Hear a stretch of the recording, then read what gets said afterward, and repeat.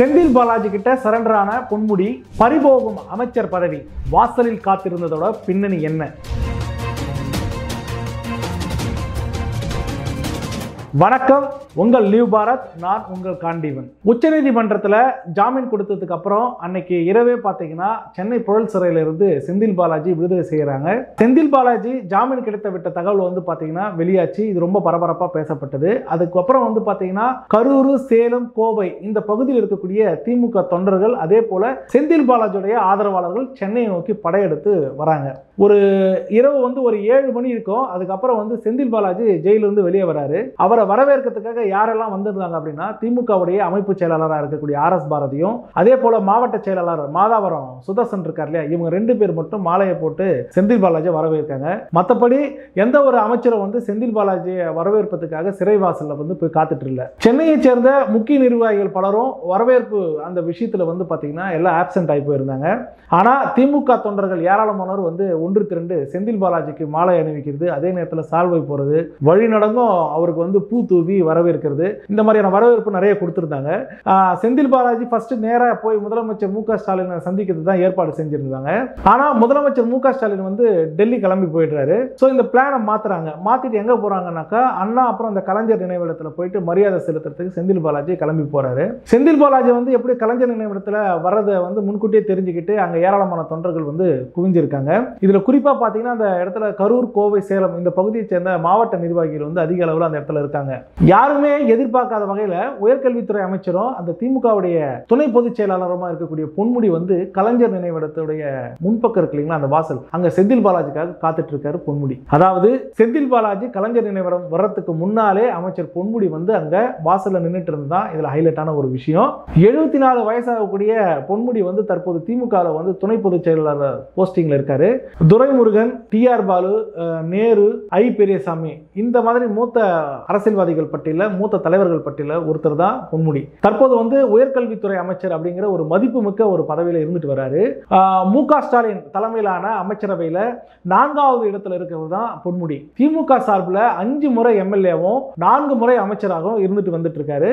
இவ்வளவு மதிப்புமிக்க கூடிய பொன்முடி அதிமுகவில் இருந்து ரீசெண்டா வந்து திமுகவில் வந்து ஒருத்தர் ஜாயின் பண்ணி அங்க அமைச்சர் ஆகிறாரு. அவரு வந்து ஊழல் வழக்குல வந்து ஜெயிலுக்கு போயிட்டு வெளியே ஜாமீன்ல வராரு. அந்த செந்தில் பாலாஜியை வரவேற்கிறதுக்காக கலைஞர் நினைவிடத்துல வாசல்ல வந்து காத்திருக்க வேண்டியதோட காரணம் என்ன அப்படிங்கிறது எல்லாருக்குமே இருக்கும். இத்தனைக்கும் பொன்முடியையும் இல்ல வேற எந்த அமைச்சரும் போயிட்டு செந்தில் பாலாஜியை வந்து வரவேற்க போக சொல்லி திமுகவுடைய தலைமையில சொல்லல அப்படிங்கிறாங்க. ஆனா பொன்முடி மட்டும் செந்தில் பாலாஜிக்கு முக்கியத்துவம் கொடுத்து கலைஞருடைய நினைவிடத்துக்கு வந்தது ஏன் அப்படிங்கிற ஒரு கேள்வி எல்லோருக்கும் எழுந்திருக்கு. சொத்து குவிப்பு வழக்குல உச்சநீதிமன்றம் தண்டனை விதித்தாலும் அமைச்சர் பதவி பொன்முடி இழந்தாரு. ஆனா உச்சநீதிமன்றம் சென்று தண்டனைக்கு வந்து தடை பெற்ற அடுத்த நிமிடமே பொன்முடி வந்து அமைச்சரானாரு. அந்த அளவுக்கு பொன்முடி மீது முதலமைச்சர் மு க ஸ்டாலின் நல்ல அபிப்பிராயத்துல இருந்திருந்தாரு. ஆனா விரைவில் தமிழகத்துல நடைபெற இருக்கக்கூடிய அமைச்சரவை மாற்றத்தப்போ நிச்சயம் பொன்முடியோட பதவியில இருக்க மாட்டாரு அப்படின்னு சொல்லி திமுக வட்டாரத்துல தகவல் வெளியாயிருக்கு. பொன்முடி மீதான அதிருப்திக்கு காரணம் நாடாளுமன்ற தேர்தலில் பொன்முடி அவர்களுடைய செயல்பாடு தான் காரணம் அப்படின்னு சொல்றாங்க. அமைச்சராக இருந்தும் தன்னுடைய சொந்த தொகுதியா இருக்கு இல்லையா திருக்கோவிலூர், அங்க திமுக வேட்பாளரை விட அதிமுக வேட்பாளர் அதிக வாக்குகளை பெறக்கூடிய வகையில தான் வந்து பொன்முடியோட செயல்பாடு இருந்துச்சுன்றாங்க. அதாவது இந்த ஓட் டிஃபரன்சியேஷன் சொல்லுவாங்களே அந்த விவகாரம். நாடாளுமன்ற தேர்தல் செயல்பாடுகள் அடிப்படையில் பொன்முடி அமைச்சர் பதவியை இழப்பது ஏறக்குறைய உறுதியாகி இருக்கு அப்படின்னு சொல்லி திமுக வட்டாரத்தில் பரபரப்பா பேசிட்டு வராங்க. உதயநிதி ஸ்டாலினை துணை முதலமைச்சரை ஆக்க வேண்டும், அதே நேரத்தில் துணை முதலமைச்சர் ஆகலாம் அப்படின்னு சொல்லிட்டு அமைச்சர்கள் வந்து பல்வேறு இடங்கள்ல வந்து பேட்டி கொடுத்துட்டு இருக்காங்க.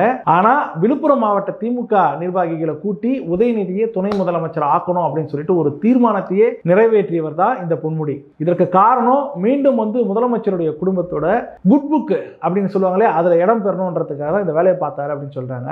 ஆனா சட்டமன்ற தேர்தலில் விழுப்புரம் மாவட்டத்தில் பொன்முடியை நம்ப திமுகவுடைய தலைமை தயாரா இல்லை அப்படிங்கிறாங்க. இதனால புதிய டீமை வந்து விழுப்புரத்துல வந்து தயாராக்கணும்னு சொல்லிட்டு திமுக தலைமை வந்து திட்டமிட்டு வரதா சொல்லி சொல்றாங்க.